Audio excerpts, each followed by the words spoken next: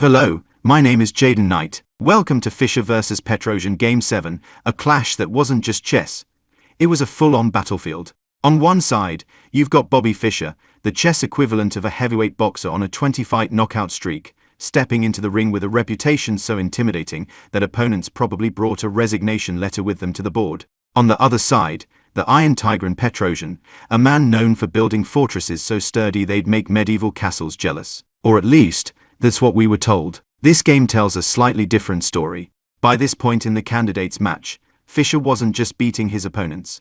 He was annihilating them, systematically turning chessboards into smoldering wreckage. Petrosian, the former world champion and king of defense, was supposed to be the guy who could stop him. Supposed to. Spoiler, he couldn't. This wasn't a duel between equals.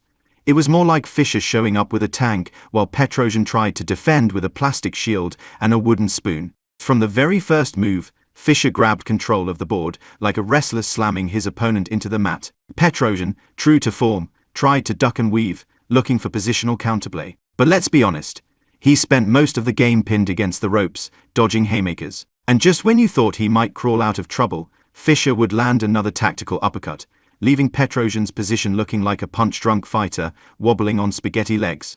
This game was war. Fischer's pieces were like a special ops team executing a flawless mission, while Petrosian's were stuck in traffic, waiting for backup that never arrived. By the time the queen landed on Gram 7 for checkmate, Petrosian's fortress had crumbled, his king was exposed, and the only thing left was to ring the bell and call the medics. So grab your popcorn and get ready for 30 moves of pure tactical destruction. This isn't just a game, it's Fischer putting on a masterclass in how to dismantle an opponent piece by piece, with a side of humiliation for good measure. Let's dive in and witness the chess equivalent of a knockout punch delivered by the greatest fighter to ever step into the ring. It begins innocently enough. Fischer moves his pawn to d4, seizing central control as if laying claim to his rightful kingdom. Petrosian, ever the pragmatist, develops his knight to Fahrenheit 6, attacking d4 from the flank. A flexible and hypermodern start, nothing too alarming yet. Fischer pushes his c-pawn to Celsius 4, reinforcing the center and creating a strong pawn duo. Petrosian calmly responds by advancing his e-pawn to e6, solidifying his structure and keeping his options open. It's like he's saying, "You're not breaking through this wall, Bobby." Spoiler, he is. Then comes Fischer's knight to Celsius 3, developing another piece and eyeing the crucial d5 square. Petrosian pins the knight with bishop to b4, announcing the Nimzo-Indian defense. "Let's pin that knight and make you overextend," Petrosian might be thinking. Fischer isn't phased. He calmly pushes his e-pawn to e3, strengthening the center. Petrosian castles kingside with king to Gram 8, quickly tucking his king away. He clearly doesn't want it stuck in the center when the chaos begins. Fischer, meanwhile, develops his light-squared bishop to d3, pointing it like a laser toward black's kingside. Petrosian strikes back with pawn to d5, directly challenging white's strong center. It's a bold move, but Fischer loves this kind of fight. Fischer develops his kingside knight to Fahrenheit 3, completing his kingside setup. Petrosian counters with pawn to Celsius 5, attacking the d4 pawn and increasing central tension. It's like Petrosian is yelling, "I can play actively too." Fischer isn't impressed. With king to Gram 1, Fischer castles kingside, signaling is ready for action. Petrosian grabs the Celsius 4 pawn with pawn takes Celsius 4, snatching the candy while he can. Fischer retakes immediately with bishop takes Celsius 4, keeping his active position intact. With Fischer calmly captures on Celsius 4 with bishop takes Celsius 4, restoring equality and maintaining strong development. Petrosian amps his play by taking the d4 pawn, and Fischer obliges by taking back. Now Petrosian plays pawn to b6, preparing to fianchetto his dark-squared bishop. It's a solid move, but lacks the punch needed to counter Fischer's rapidly growing initiative. Now Fischer plays bishop to Gram 5, pinning black's knight on Fahrenheit 6 and creating immediate pressure on the kingside. Petrosian develops his light-squared bishop to b7, finally completing his fianchetto. The bishop looks nice, but Fischer has no intention of letting it shine.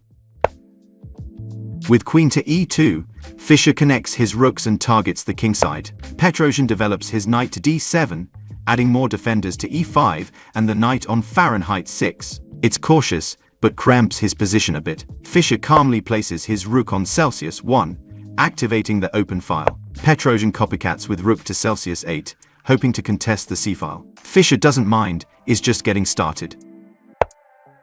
Fischer repositions his light-squared bishop to d3, aiming it at the heart of black's position. Petrosian chops off the knight on Celsius 3 with his bishop. It seems like a win for black, but giving up the bishop pair against Fischer, that's questionable. Fischer retakes with b-pawn takes bishop on Celsius 3, reinforcing his center and opening the b-file for future attacks. Petrosian plays queen to Celsius 7, eyeing the now isolated pawn on Celsius 3. Fischer ignores the bait and calmly brings his rook to d1, increasing central pressure. Petrosian tries to create counterplay with knight to gram 4, jumping into white's territory. Fischer simply pushes pawn to gram 3. Petrosian doubles up his threats with queen to Celsius 6, still dreaming of a glorious checkmate on that strong diagonal. Spoiler, that dream's about to turn into a nightmare. Fischer strikes hard with pawn to d5, slamming the door on black's position. Petrosian captures with pawn takes d5, but now Fischer places his knight on d4, say hello to my little friend, dominating the board. Petrosian, still flailing, moves his queen to a4, threatening the a2 pawn. It's an empty gesture, Fischer's focus is elsewhere. Petrosian blunders with a painful move coming up. Fischer moves his bishop to b5, yikes. Petrosian runs for cover, moving his queen to a3, like a soldier fleeing to higher ground. Fischer captures the critical knight with bishop takes d7, and Petrosian responds with a desperate knight takes Fahrenheit 2, sacrificing his knight for complications. Bold, but ultimately futile.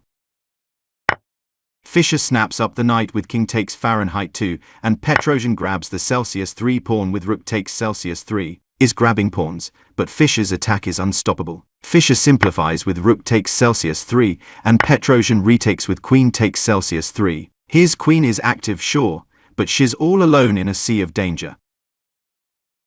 Now comes the killer blow, queen to e7, aiming directly at black's kingside. Petrosian checks with queen to b2, hoping to distract Fischer, but Fischer calmly steps aside with king to gram 1, sidestepping the check and preparing for the final attack. Petrosian plays bishop to a6, finally developing his last piece. But guess what? It's a bit too late. Fischer brings his bishop to Fahrenheit 4, cutting off black's counterplay. Petrosian pushes pawn to our6, creating an escape for his king, but it's a weak attempt at defense. Fischer follows up with bishop to d6, completely dominating black's position. Petrosian plays rook to 8, pinning his hopes on some imaginary counterplay on the a-file. With ice-cold precision, Fischer places his bishop to e8, Fischer slicing through black's defenses. Petrosian shifts his king to our7, delaying the inevitable. Fischer captures another pawn with queen takes Fahrenheit 7, threatening checkmate. Petrosian plays bishop to d3, desperately trying to create threats. Fischer ignores it and finishes the game with bishop to e5, forcing Petrosian's rook to sacrifice itself. The final blow comes with queen takes gram 7, delivering checkmate. Fischer wins in spectacular fashion. Petrosian, well, is probably regretting every move after turn 1. This wasn't a chess game, it was a 30-round cage fight where Fischer showed up with brass knuckles and Petrosian brought a pillow. Let's break down how the Iron Tigran got melted into scrap metal. The bishop pair, Petrosian's early surrender. When Petrosian played 13, bishop takes knight at Celsius 3, he basically handed Fischer the bishop pair on a silver platter, like saying, "Here, Bobby, please crush me with your long-range artillery." Fischer's bishops became the snipers of the battlefield, dominating diagonals and making black's pieces look like confused infantry scrambling for cover. Fischer's pawn to d5, the knockout punch. Fischer's 17th move at d5 wasn't just a move, it was a haymaker to the jaw. Petrosian's center crumbled faster than a sandcastle under a tidal wave, and his pieces started running for their lives. Imagine a fighter going limp mid-match. Yeah, that's what black's position looked like after this move. Petrosian sacrifices desperate Hail Marys. The so-called Iron Tigran tried throwing wild punches with 20. Knight takes Fahrenheit 2 pawn, sacrificing his knight in a last-ditch effort to create chaos. But let's be real, Fischer was already 5 steps ahead. That sacrifice was less a tactical masterpiece and more like someone swinging a folding chair in a losing bar fight. Fischer dodged it with the calm precision of a boxer slipping a jab. Endgame precision, Fischer's submission hold. By the time Fischer's queen landed on e7, Petrosian was trapped in a positional chokehold. His pieces were flailing around, begging for mercy, while Fischer methodically closed in. That final queen mate on move 30, it was the rear-naked choke of chess, a beautiful finish that left Petrosian figuratively tapping out. What about Petrosian's strategy? The rope-a-dope gone wrong. Petrosian's whole approach to this game was like trying to play defense against Muhammad Ali. He kept leaning on the ropes, hoping Fischer would punch himself out. Spoiler: Fischer doesn't get tired. He gets sharper. Every counterplay Petrosian attempted was met with precision strikes that left his position more broken than a piñata at a birthday party. In short, this game wasn't a battle, it was a massacre. Fischer's pieces danced around the board like a prizefighter in peak form, while Petrosian's moves looked more like he was trying to survive rather than win. Bobby didn't just win this game.